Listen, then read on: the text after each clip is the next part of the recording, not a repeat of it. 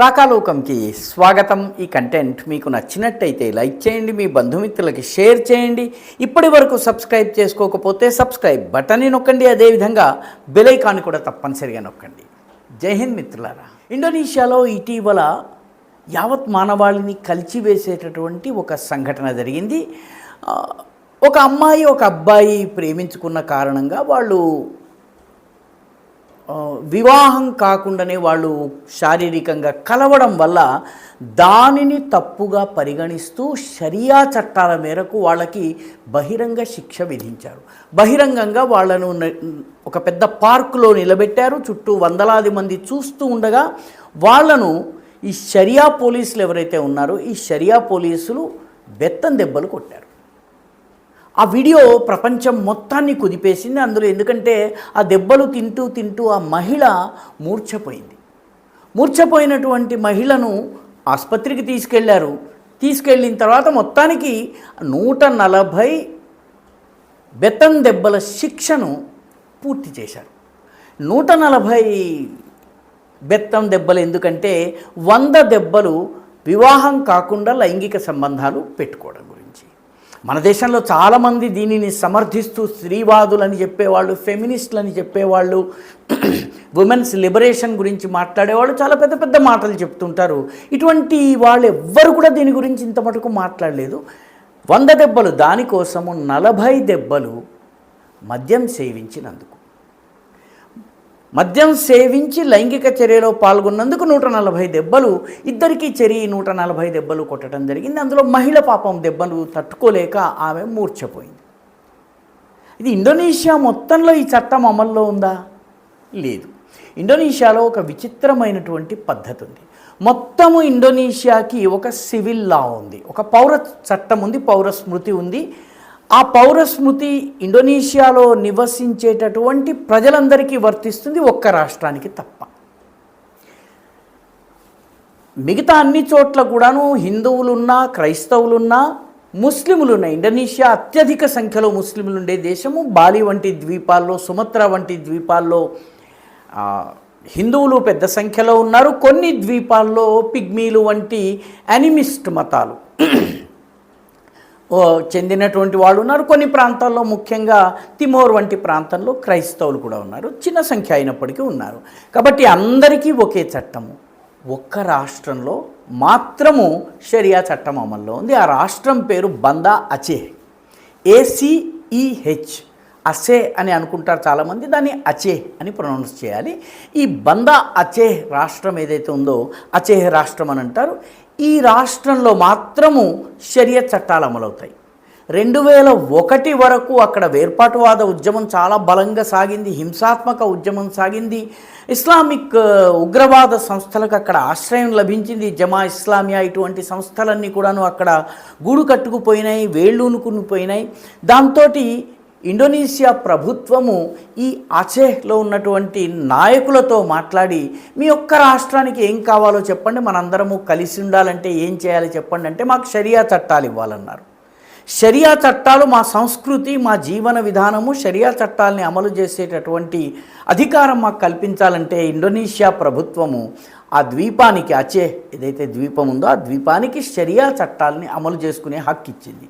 దాని ప్రకారము, షరియా ప్రకారము కొరడా దెబ్బలంటే కొరడా దెబ్బలు, వేలు తీసేయాలంటే వేలు తీసేయాలి, దొంగతనం చేస్తే చేతి తీసేయాలి. ఇటువంటి అమానవీయమైనటువంటి శిక్షలు ఏవైతే ఉన్నాయో భారతదేశంలో ఈ శిక్షలు వద్దని భారతదేశంలో ఉన్న ముస్లింలు అందరూ కోరుకుంటారు. భారతదేశంలో ఇటువంటి చట్టాలు వద్దని పాకిస్తాన్లో కూడాను జియావుల్ హక్ పరిపాలన సమయంలో కొరడా దెబ్బల శిక్షలు వస్తే ప్రజలు జియావుల్ హక్ని వదులుకున్నారు, కానీ ఈ శిక్షలు మాకు వద్దన్నారు. అలాంటి శిక్షలు ఈ ఒక్క రాష్ట్రంలో బందా అచేహ్లో అమల్లో ఉన్నాయి. అమానవీయమైన, కిరాతకమైన శిక్షలు. తప్పు చేస్తే వేరే వేరే రకాల శిక్షలు, పౌర చట్టాల మేరకు శిక్షలు విధించవచ్చును, కానీ ఈ శిక్షలు విధించడం జరుగుతుంది. దీంతో మొత్తం ఇండోనేషియాలో ఒక చట్టము, అచేహ్ రాష్ట్రంలో వేరే చట్టము. దీనికి సంబంధించిన వీడియోలు సోషల్ మీడియా ద్వారా ప్రపంచమంతా కూడా వైరల్ అయిపోయేటప్పటికీ ఇప్పుడు ఇండోనేషియాకి తల తీసేసినట్టుగా అయిపోయింది. ఒకవైపు అచేహ్ను తమతో కలుపుకోవాలన్నట్టయితే షరియా విషయంలో వాళ్ళకి కన్సెషన్స్ ఇవ్వక తప్పదు. వాళ్ళు ఏం చేసినా, కొరడా దెబ్బలు కొట్టినా, చేతులు కోసేసినా, ఇంకేం చేసినా కూడాను బుర్ఖా విధానాన్ని అవలంబించి బలవంత పెట్టినా, ఇరాన్ లాంటి దేశాల్లో తిరుగుబాటు వస్తున్నప్పటికీ అక్కడ అమలు చేస్తాము అంటే ఇండోనేషియా ప్రభుత్వం ఏమీ చేయలేదు. మిగతా అంతా కూడా ముస్లింలే, కానీ వాళ్ళకి ఈ చట్టాలు వర్తించవు, ఒక్క అచేహ్ రాష్ట్రంలో మాత్రమే. కానీ మరోవైపు అంతర్జాతీయంగా ఇమేజ్ ఇటువంటి కిరాతకమైనటువంటి సూడాన్లోనో ఇంకొక చోట ఉండాల్సినటువంటిది ఇండోనేషియా వంటి కల్చరలీ సాంస్కృతికంగా చాలా రిచ్ కంట్రీగా భావించే ఇండోనేషియాలో ఉండడము. కాబట్టి ఇంటర్నేషనల్ ఇమేజ్కి స్థానిక అవసరాలకి మధ్య ఒక ఘర్షణ పరిస్థితి వచ్చేసింది.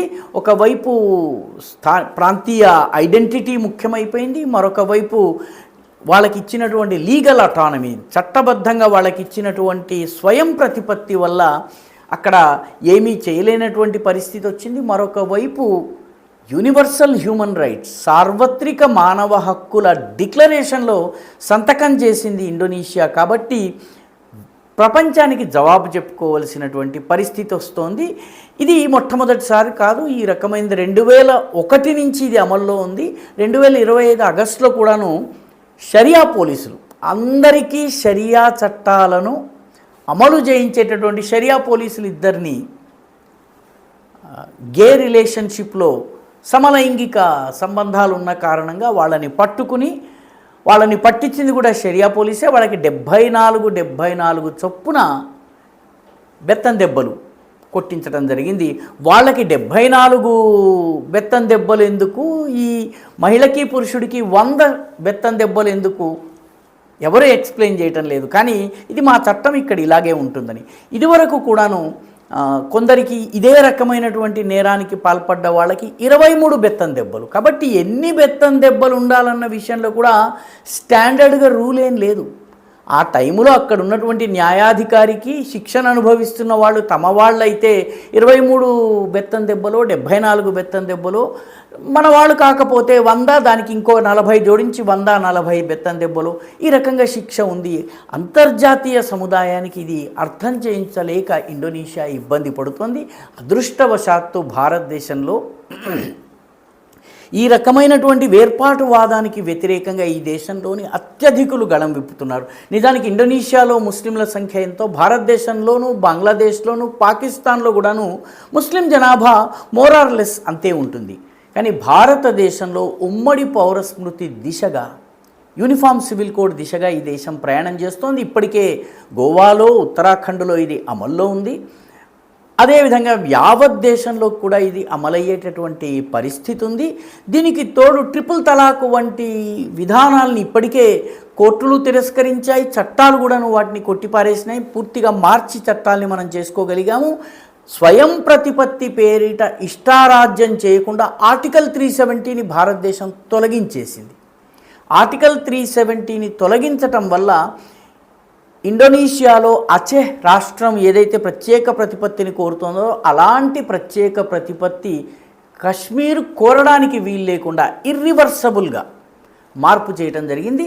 ఓవరాల్గా ఈ సంఘటన ఇప్పుడు యావత్ ప్రపంచంలో కలకలం రేపుతోంది. ఎందుకంటే మానవ హక్కుల వాదులందరూ కూడా, అంతర్జాతీయ సంస్థలన్నీ కూడాను దీని పట్ల విస్మయాన్ని, అదేవిధంగా దిగ్భ్రాంతిని కనపరుస్తున్నాయి. ఇండోనేషియా తన మానవ హక్కుల రికార్డులను సరిచేసుకోవాలని చెప్పేసి చెబుతున్నాయి.